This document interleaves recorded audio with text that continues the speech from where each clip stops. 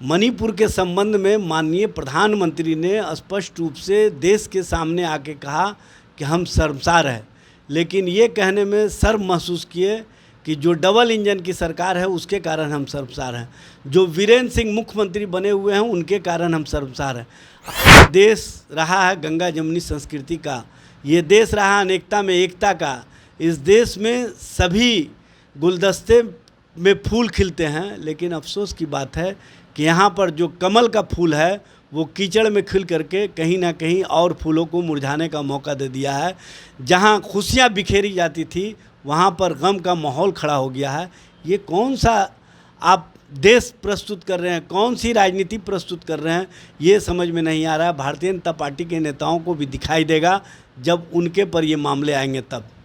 और गरीब होते जा रहे हैं, गरीबों के रोटी और निवाले पर आफत आ गया है। लेकिन भारतीय जनता पार्टी के नेता और कार्यकर्ता जिस तरह से महिमा मंडित कर रहे हैं, ये स्पष्ट रूप से दिख रहा है कि उनको लाभ हो रहा है, इसीलिए वो अपने लाभ के कारण, अपने स्वार्थ के कारण किसी को भी किसी भी तरह से अलंकृत कर सकते हैं। लेकिन देश की जनता किस तरह से देख रही है केंद्र की सत्ता को, किस तरह से देख रही है नरेंद्र मोदी की सत्ता को, ये देखने की आवश्यकता है। जैसे जैसे 2024 का लोकसभा चुनाव नज़दीक आ रहा है, बीजेपी खुद को मजबूत करने में लग चुकी है बिहार में। आपको बता दें कि कल माला सिन्हा ने बीजेपी ज्वाइन किया और ज्वाइन करते ही नरेंद्र मोदी को भगवान बता दिया। उन्होंने साफ तौर पे कहा कि अगर भारत में लोग सुरक्षित हैं तो सिर्फ और सिर्फ नरेंद्र मोदी के वजह से। हमारे साथ इन सारे मुद्दे पे बात करने के लिए राजद के प्रवक्ता एजाज अहमद हैं।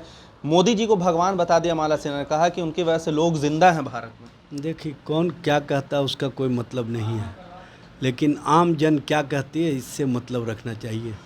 आम जन कहती है कि ऐसी सरकार हमने आज तक नहीं देखी जो खाने के सामानों पर टैक्स लगाने का काम करती है। अंग्रेज़ों के समय में सुना करते थे कि खाने के सामानों पर भारतीयों को तंग तबाह करने के लिए टैक्स लगाया जाता था। उसी कारण नमक सत्याग्रह आंदोलन हुआ था। गांधी जी इस सत्याग्रह आंदोलन का नेतृत्व किए थे। लेकिन आज उसी तरह की परिस्थिति और स्थिति भारतीय जनता पार्टी ने देश में बना दी है। 5% GST लगा दिया खाने के सामानों पर, आटा, चावल, गेहूँ, चना, मकई, जितना खाने का सामान है सब पर GST लगा दिया। और हद तो ये है कि जो बच्चे पढ़ाई करते हैं उनके कॉपी किताब पर 12% GST, हॉस्टल पर 12% GST, कलम पर 12% GST। कैसे बच्चे पढ़ाई करेंगे, कैसे लोग भोजन करेंगे? अगर भोजन नहीं मिलेगा, पढ़ाई नहीं होगा, मकान नहीं होगा तो भगवान कैसे बन सकते हैं वो?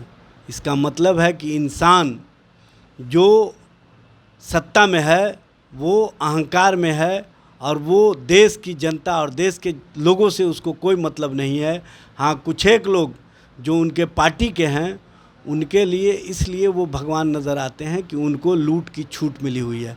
वो पूरी तरह से लूट रहे हैं, उनको पूछने वाला कोई नहीं है। भारतीय जनता पार्टी का आप देख रहे हैं पूरे देश भर में ज़िला स्तर तक कार्यालय बन गया, प्रखंड स्तर तक कार्यालय बन गया। और नोटबंदी के बाद जो देश के आम लोग हैं वो तबाही में हैं। वो अपने आप को सोच रहे हैं कि हम कैसे एस्टेब्लिश्ड होंगे। इस तरह की स्थिति और परिस्थिति सरकार ने देश के लोगों के सामने खड़ा कर दी है। सबसे बड़ी बात यह है कि महंगाई चरम सीमा पर है। हमारे दो की नीतियां चल रही है इस देश में, 2 लूटने वाले और 2 लुटवाने वाले।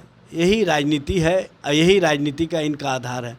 सबसे बड़ी बात यह है कि 2014 में जिस नरेंद्र मोदी के संबंध में ये लोग बड़े बड़े बातें कहते हैं, उनके बारे में मैं बता देना चाहता हूं कि 2014 में BPL की संख्या थी 44 करोड़।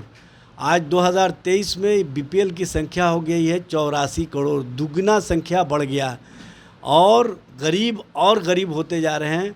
गरीबों के रोटी और निवाले पर आफत आ गया है। लेकिन भारतीय जनता पार्टी के नेता और कार्यकर्ता जिस तरह से महिमा मंडित कर रहे हैं, ये स्पष्ट रूप से दिख रहा है कि उनको लाभ हो रहा है, इसीलिए वो अपने लाभ के कारण, अपने स्वार्थ के कारण किसी को भी किसी भी तरह से अलंकृत कर सकते हैं। लेकिन देश की जनता किस तरह से देख रही है केंद्र की सत्ता को, किस तरह से देख रही है नरेंद्र मोदी की सत्ता को, ये देखने की आवश्यकता है। उनका ये भी कहना है कि भारत में अगर लोग जिंदा हैं और सुरक्षित हैं तो सिर्फ और सिर्फ नरेंद्र मोदी के वजह से। देखिए, जो भी इस तरह का बात कहते हैं उनको सबसे पहले मणिपुर को देख लेना चाहिए। मणिपुर की स्थिति आज क्या है। मणिपुर के संबंध में माननीय प्रधानमंत्री ने स्पष्ट रूप से देश के सामने आके कहा कि हम शर्मसार हैं, लेकिन ये कहने में शर्म महसूस किए कि जो डबल इंजन की सरकार है उसके कारण हम शर्मसार हैं, जो वीरेंद्र सिंह मुख्यमंत्री बने हुए हैं उनके कारण हम शर्मसार हैं। आप देख रहे हैं हरियाणा में क्या स्थिति बना दी गई है।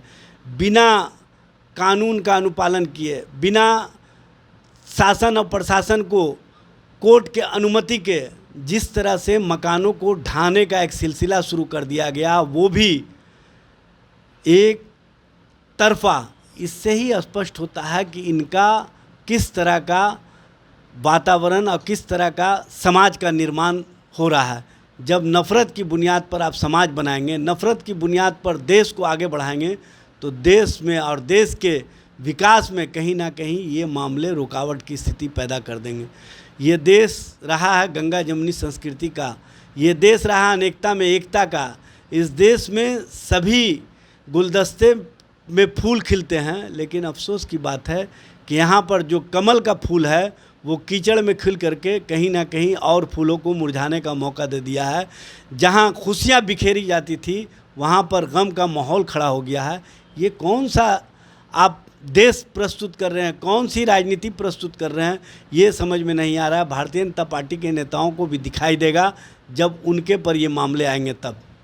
महागठबंधन को महाठगबंधन बताते हुए 40 सीट का बिहार में दावा कर रहे हैं। देखिए, महागठबंधन जिस दिन से भाजपा को सत्ता से बेदखल किया 9 अगस्त 2022 को, उसके बाद से भाजपा के खेमे में बेचैनी है, बौखलाहट है।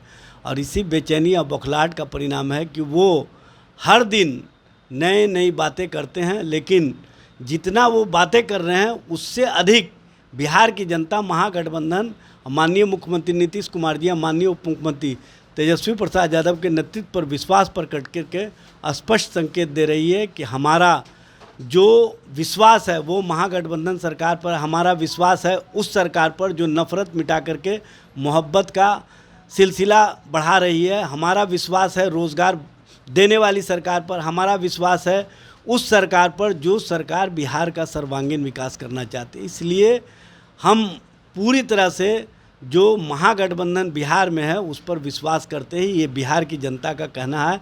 और बिहार की जनता का जब विश्वास है तो ये लोग क्या कहते हैं उसका कोई मतलब नहीं है।